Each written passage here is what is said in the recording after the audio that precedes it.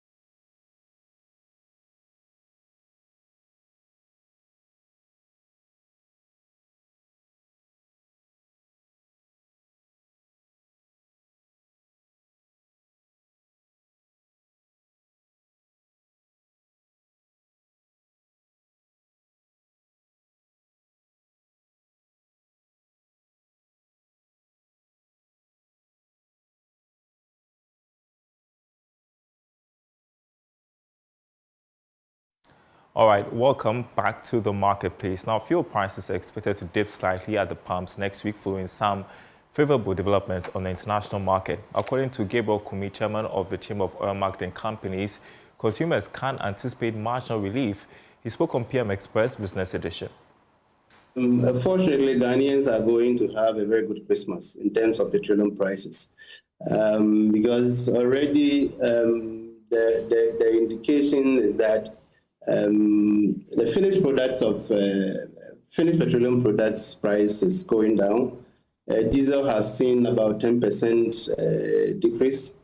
Petrol has already seen about 6% decrease. LPG is seeing some 1.5% decrease. So if the city is held in check, then we can be sure that coming 16th of December, prices of petroleum products generally are going to go down. And that will take us through the Christmas. So going into the second window, which happens to be the window which Christmas falls, we are likely to see some decrease in the price of petroleum products. Meanwhile, Executive Secretary of the Chamber of Petroleum Consumers, COPEC, Duncan Amwa, says the Bank of Ghana must urgently intervene to stabilize the forex market, following the swoop on black market dealers. He says the exercise has triggered sharp rate jumps within hours and could push fuel prices up if not corrected quickly. Whatever the task force did yesterday is also having a negative impact. Maybe they need to review that carefully, whether to indeed go swooping in on these guys that provide the market with the forex, right? Or there should be a more, friendly way of approaching them. Because what we heard yesterday is that some of them have been arrested, their money seeking, and all of that. So today, you'll be surprised. As of the morning, we were getting about 12.3 on the market. Black market? Or? The normal, okay. When we say the open market. Okay. Because so you're saying it had an impact on the rate? It had a very dire impact. It has had a very dire impact. Look, as of the morning, 12.3 was the figure that came. Yesterday was 12.3 on the open market. Interbank rates are usually lower. But for some of the business people, you go to the bank says they don't have the dollar. So you may need to source it from the open market. From the 12.3, it came to 12.45, 12.6, 12.7. As of the time we were leaving, they were quoting 12.95 just within a few hours. So that soup actually had an impact. It's had an impact. I'm sure in the coming days you will report on it. Those who probably still have the dollar are probably unwilling to sell because they think it's a setup or something. And those who may even want to sell are a few relative to when you could just trigger, a demand and the market responds. Some are unwilling to trade at this point, right? And so the few who would want to trade would need to cash in. So look at the jump within a day from 12.3 averages on the open market. You are ending up about 12.85, 12.95, 60 pesos. This will have a tail-in if it is not halted at some point. If the BOG does not intervene, right? It's done a very good job throughout the year. The managers of your economy have done quite a tremendous job. But there's a danger from today. If they don't intervene properly, right, and this trend continues, and then tomorrow you wake up, it's 13, right, 13.2, 13.5, the fuels market will respond. Next, there's growing dissatisfaction within the hospitality industry following the latest round of utility tariff adjustments. Hoteliers say the increases further threaten an already fragile sector, arguing the PRC and government are ignoring systemic inefficiencies, including power losses, unstable supply, and inflated production costs that hotels are unfairly made to pay for. General Manager of Coconut Grove Regency Hotel, Ralph Aite, insists the problem is not merely high tariffs, but structural waste within the utility system that is being pushed onto consumers. We will want to see utility tariffs rather going down. But once again, it comes, government or the PURC is talking about the cost of production. I've heard that for example, electricity, we have losses, production losses or transmission losses of up to 40%. That is quite high. That is very, very high. And as much as we can, it's very, very helpful that we plug that hole and gradually reduce it to the barest. If we can, cap in that hole of 40% losses, obviously there will be reduction. So for me, it's not necessarily about capacity, but it's about reducing the waste to the barest. General Manager of Coconut Grove Regency Hotel, Ralph Aite, there, he says the current food glut, particularly in grains, presents a clear opportunity for government and the private sector to build a more efficient and profitable value chain. Really shouldn't be engaged in marketing, no. It's high time we developed a profitable value chain where the farmer plays his part, the off-taker plays his part, the retailer plays his part, his or her part, and finally the consumer. So for me, I think it's an opportunity for us to develop the value chain. And I think that with the glut that we are being told, especially of grains, it's a fine opportunity for us to develop our value chains. The 24-hour Economy Secretariat has outlined plans to establish 3 key industrial parks aimed at boosting industrialization. The parks, expected to be located in Northern, Ashanti, and Greater Accra regions, will focus on light machinery, pharmaceuticals, and agro-processing. Augustus Guzitano, Presidential Advisor for the 24-hour Economy and Accelerated Export Development, revealed that with an estimated infrastructure value of over $600 million, all 3 parks will come with attractive incentives to cushion investors. He spoke at the Ghana-India Conclave, a forum organized by the Indian High Commission in partnership with the Ghana National Chamber of Commerce and Industry. Under the 24-hour Economy Program, Ghana is advancing a portfolio of strategic investment platforms. I'll highlight 3 of these that are directly relevant to Indian businesses. The first is Legon Pharmaceutical and Innovation Park. The Legon Pharmaceutical Innovation Park is located in Akuse, with a Center of Excellence being at the University of Ghana, collaborating with the Faculty of Pharmacy. This park is Ghana's flagship for meeting local medicine production, API production, with capacity for 20-plus GMP-compliant facilities, a pharma research center, and shared infrastructure built to WHO standards. Second is the Kumasi Machinery and Technology Park, MTech. Ghana currently imports 90% of industrial and agri-equipment. The MTech Park in Ejisu will assemble tractors, irrigation systems, light machinery, and renewable energy components. With a $56 million investment value and a targeted IRR, internal rate of return, of 16 to 20%, this is ideal for engineering firms with an interest in the growing African markets. Then third is the North Shore Light Industrial Park in northern Ghana, focused on feed, oilseed processing, and garment exports. This $200 million cluster offers tax incentives as low as 5% corporate tax and access to a guaranteed offtake pipeline via poultry and agro-processing projects. Indian firms in textiles, packaging, and agro-machinery can find strong entry points over here as well. Together, these parks represent over $600 million in infrastructure-ready projects, targeting more than $1 billion in annual import substitution and 52,000 new jobs. The International Finance Corporation's EDGE program has wrapped up its Designing for Greater Efficiency initiative in Ghana, marking major strides in the country's green building agenda and setting the stage for expanded low-carbon construction efforts. Here's more in this report.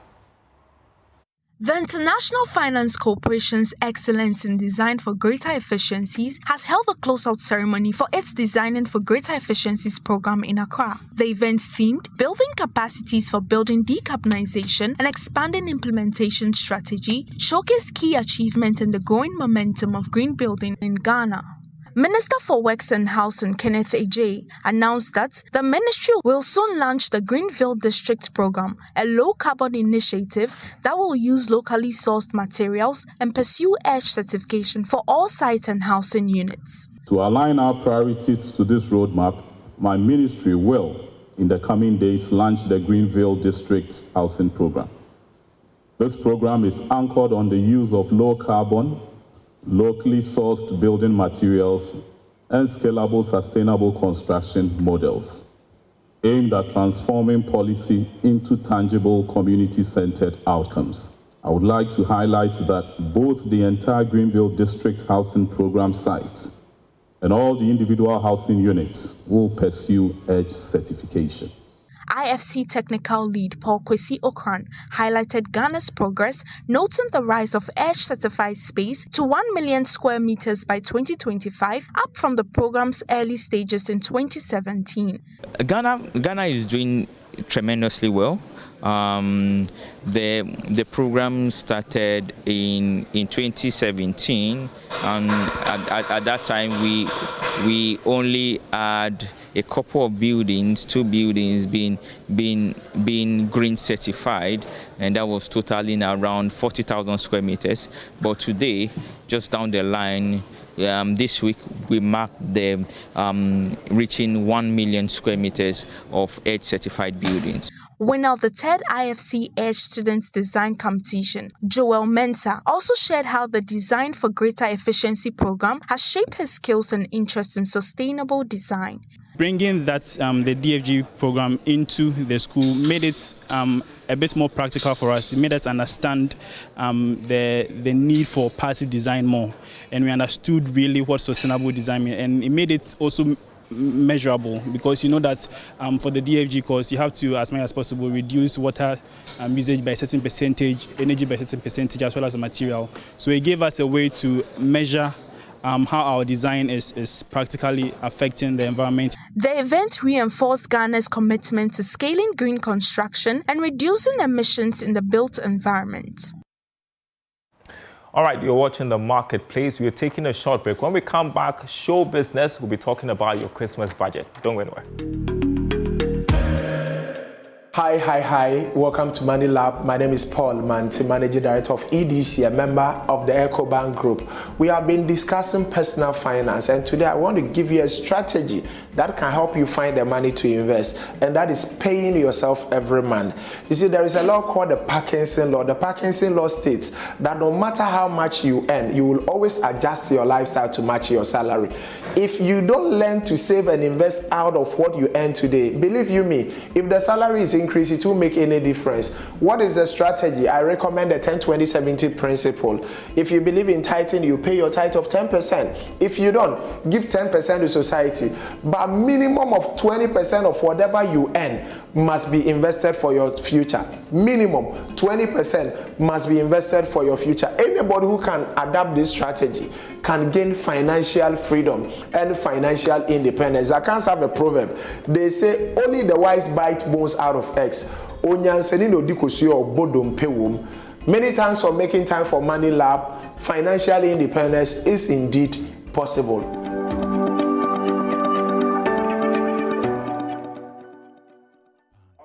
It's Friday, time for show business. It's December in Ghana, and as celebrations, concerts, and family activities pick up, many young people are feeling the financial pressure that comes with the season. Today, on the marketplace, we're looking at practical ways to enjoy the festivities without overspending or starting January on a shaky ground.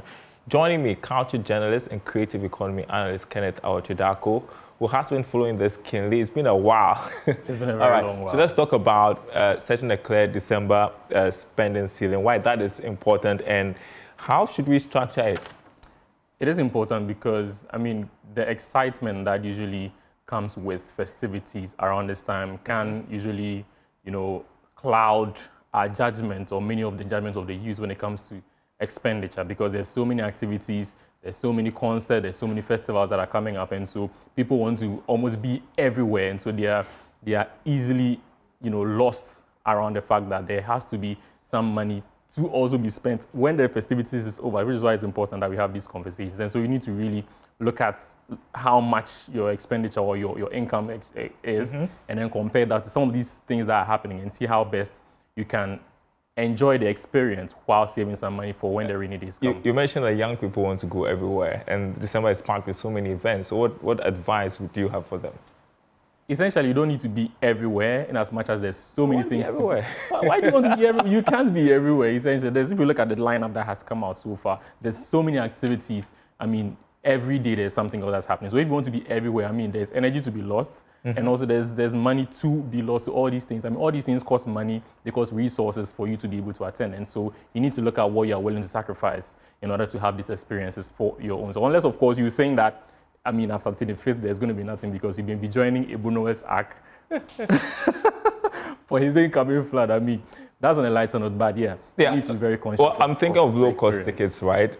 How can we get low-cost tickets and still enjoy the season without breaking the bank? So, for instance, there's like numerous activities coming up. You can just decide to do maybe 2 or 3 of the festivals or the events that are coming up where you can actually spend within your budget. Everything else can be things that you can do on your own. There are so many other things that you can do without necessarily buying the tickets. Like you can have family time, you can visit friends, you can have quality time, maybe at the beaches where you don't need to maybe pay a fee to park or pay a fee to enter. There's so many things that you can do around those things. Family time is very important. Quality time does not necessarily mean that you have to pay money for an event to have a very good time. There's so many traditional ways that you can do that, so we can look beyond things that will require. I've got so many questions to ask you, but we've run out of time on this one. Thank you so much for passing through. I'm sure we'll continue next week when we're getting very close to Christmas. Already thinking about shopping. Jesse and I are going shopping after the show. I can tag along. Yeah, no. myjournal.com/business. That's where to find the day's latest stories. My name is Darryl Kwao. Thanks for watching.